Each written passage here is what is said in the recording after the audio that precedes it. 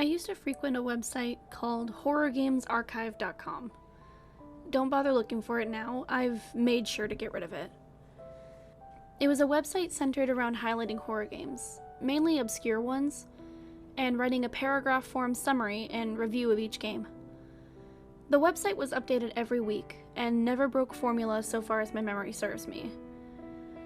I discovered many of my now favorite horror games on this website: Silent Hill, Hell Night, Clock Tower, Sweet Home, etc. Because of my affinity for horror games and my respect for this website, I got in contact with Dex, the website's creator and main writer, over Skype. At the time, Dex and I had spoken for a few months and had developed what I suppose you could call an internet friendship. He would give me an update on every time he made a new review, and I became a co-writer, editing and adding sections to some of his reviews. I even completely wrote his review of White Chamber. He had also told me that he was developing his own game, though I'm sad to say I don't think he ever finished it.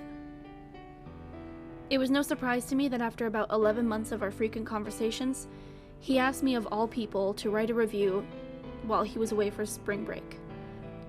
He sent me the link over Skype of that week's game, Mortis. He told me that it was a PC game that came out in 2001, and that the copy he'd sent me was completely legitimate. I'd never heard of this game in all my years on the vast internet, but he was quick to assure me it was worth the effort. I downloaded the game, which took about 5 minutes because Dex thought it right to send me the game over Skype. He was never the tech-savvy type. I looked into the zip file Dex had placed the game into and saw only an executable file and a README file, as well as your run-of-the-mill data folders. I took the file's request and read it to find what is typical for a game's README file: original game credits, other credits, installation instructions. None of this interested me, but what did interest me were the controls. Using my master investigative skills, I inferred that Mortis was a Resident Evil type game. What with the up to move forward, left and right to turn, and space while in action mode to attack. I got myself ready for clunky controls, hilariously bad voice acting, and cheap scares. Should have been ready for more than that. Before even playing, I researched the game and found nothing about it. No mention on any forums, nothing. I even googled Nemesis Games, the company responsible for this game, and found nothing on the subject. Clicking the executable file launched the game no problem. This was actually quite the surprise to see a game meant to run on Windows 98, or the ilk, instantly boot up on my Windows 10 computer of last year was kinda stunning. Nevertheless, after the game launched, I saw the familiar names of Nemesis Games show up at the bottom of the screen, along with the fairly traditional copyright notifications below them. The Nemesis Games logo was fairly slapdash, as if it had been thrown together by a high schooler in Photoshop. However, I suppose an obscure game nobody's ever talked about before really shouldn't inspire such confidence. Once the formalities were finished, I was presented with what can be described as a title screen. All it consists of is a crudely rendered image of what I know to be the main protagonist with a gun to his head, with the text under it in a scratched up text reading, "Appuyer sur," escape. Following the only instruction I could understand, I pressed the escape key. Upon my input, the gun fired into the character's head. Blood spurted from the character's head in a very choppy fashion. This was a gruesome scene, certainly, and it's a surprise that this game ever got any negative attention, especially in a time when violence in video games was such a big issue. The opening cutscene then loaded, and I was presented with an interesting sight. It appeared live action at first, but turned out to be a mixture of collage-esque visuals mixed with some rotoscoped animation, almost as if it had been created from previously existing assets. The first shot showed the main protagonist, a young adult male in an orange hoodie and a black sleeveless coat over top of it. His head was in his hands, which were shaking furiously. Camera then panned out to a gun on the table he was sitting in front of. The next shot was that a protagonist's left eye peeking through his fingers, as dark, silhouetted hands reached from behind his head, grasping at his face.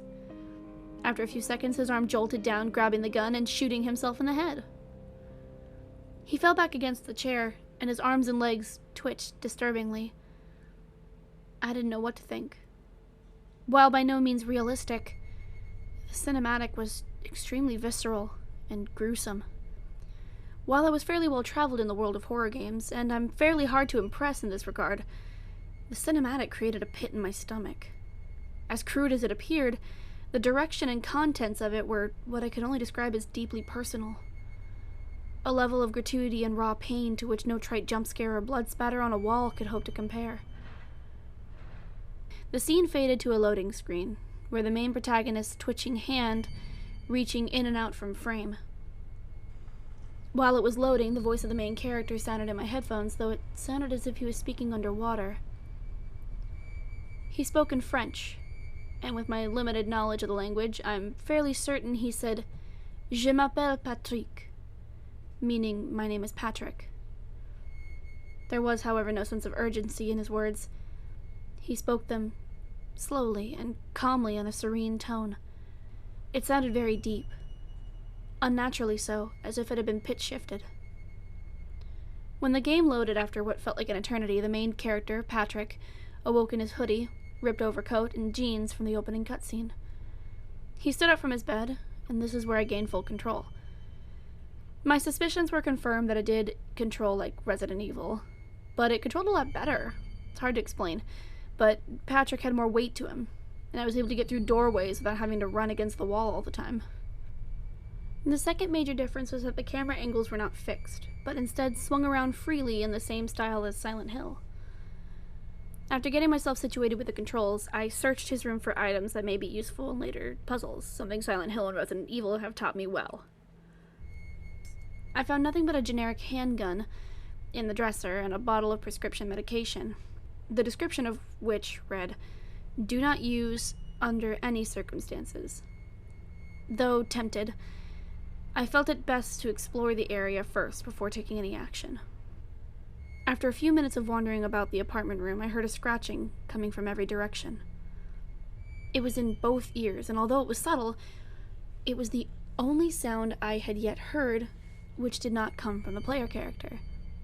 Though the noise was quiet, it was so frequent that my head started to throb. Though I turned down the volume several times, it always seemed to crawl back up, as if the sound was gradually growing nearer. I pressed on, but was only met with another roadblock. The door out of the room was unable to be opened. My character did not even attempt to open it. He merely stated in a now shaky, stuttering voice, "Je ne peux pas s'échapper." The subtitles did not state an English translation, but I wrote it down in my notes. As I walked around the room, searching for a point of escape, Patrick would start to say things like, "Je dois," or "Allez, venez." Patrick was growing frantic, and he started to walk more slowly or quickly at seemingly random intervals. After a while, he started to simply shamble of his own volition to random areas of his bedroom. There was a window in his bathroom adjacent to his bedroom. It gave a button prompt. Regarder. Space. Upon pushing the spacebar key, the game changed to a first-person perspective. Patrick was on the second floor. I tried opening the window, but to no avail. "Je ne peux pas échapper," Patrick stated again. There were no doors, no way out. With no other option, I found only one alternative. I opened my inventory, highlighted the medication, and selected its use option. Sure enough, Patrick shakily opened the bottle and popped the medication into his mouth.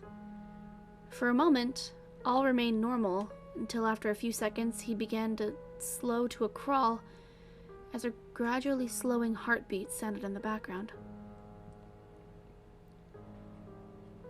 After not too long, Patrick collapsed on the ground and the game faded to black.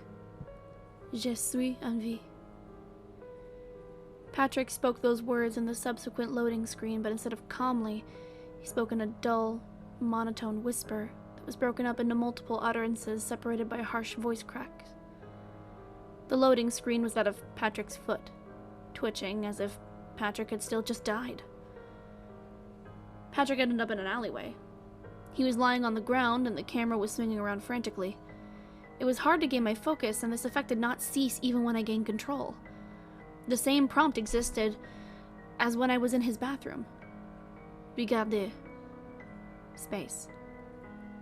When I chose to obey this command once again, the game shifted to first person as before, though it was looking up at the second floor window. As I pressed the arrow keys to move, Patrick did not walk, but rather shambled like a drunkard or a zombie. Every other step or so he would wince with pain, with a different increasing sound of agony as I went on. I began to feel a sort of sympathy towards Patrick. As I proceeded, the moans of torment started to echo in my headphones. While I was just about to unplug the things, I didn't want to miss any part of the game. As I was focusing on the sound, I lost track of where I was going. I tried to get my bearings, but I came to the conclusion that I wasn't going anywhere. Every corner I turned just led me to another adjacent alley. As I turned each corner, Patrick gained new behavior. He started looking behind him, trying to search for someone who may be following him. I took to his attempt to find someone and turned him around myself to find nobody there.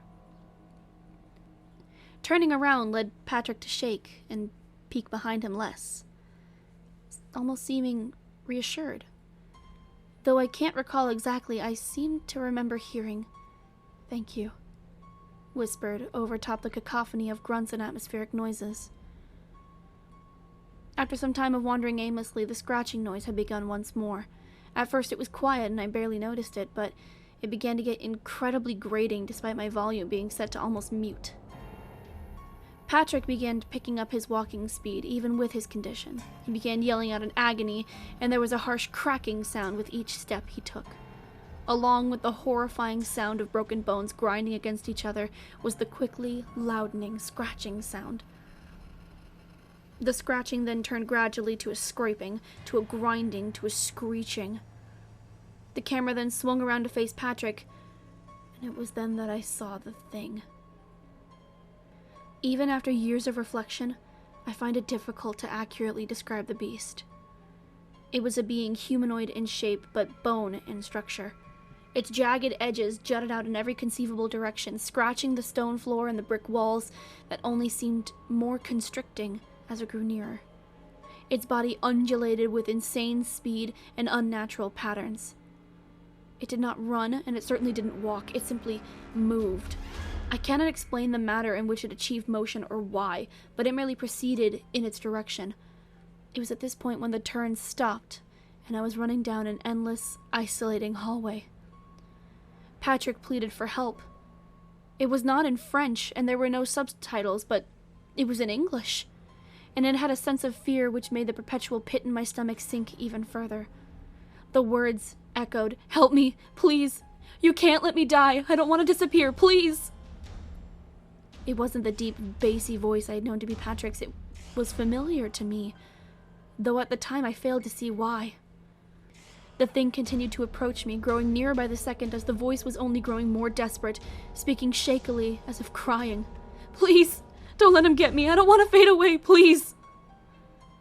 Despite my efforts, the thing finally caught up and grabbed me with a stray bone. Bone shards began protruding out of what could barely be called its body as it hunched over my character, who was now squirming on the ground. His scream pierced my ears. I felt that I was screaming too. His arms and legs twitched frantically, and I could not tell anymore whether he was alive or dead. It was only at this moment when I saw the beast closely. Its face was vaguely human in nature, its eyes caved in through cracked bone, with scratch marks lining the face. For a moment, I think it looked at me. The screen cut to black as I heard the sounds of scraping and gnawing on top of a barely audible, "I'm so very sorry." But it was not Patrick. The game closed and cut back to my desktop with nothing but the zip file open. Something was different, however. The executable was gone, nowhere to be seen. I checked many folders until I rediscovered it in my recycling bin.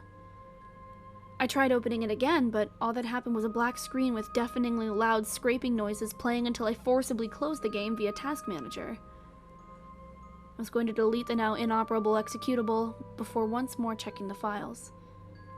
The README had been altered. It had... All had been removed, except for one solitary line. I am so very sorry to leave you all like this. Dex. In the coming years, I'd not heard from Dex. The website's forums were flooded with people wondering what was going on. I decided to take it down. Better than to meddle in personal business, I suppose. I still hear his voice. The last thing he ever said to me. I'm so very sorry. My only regret is that he felt there was something to be sorry for.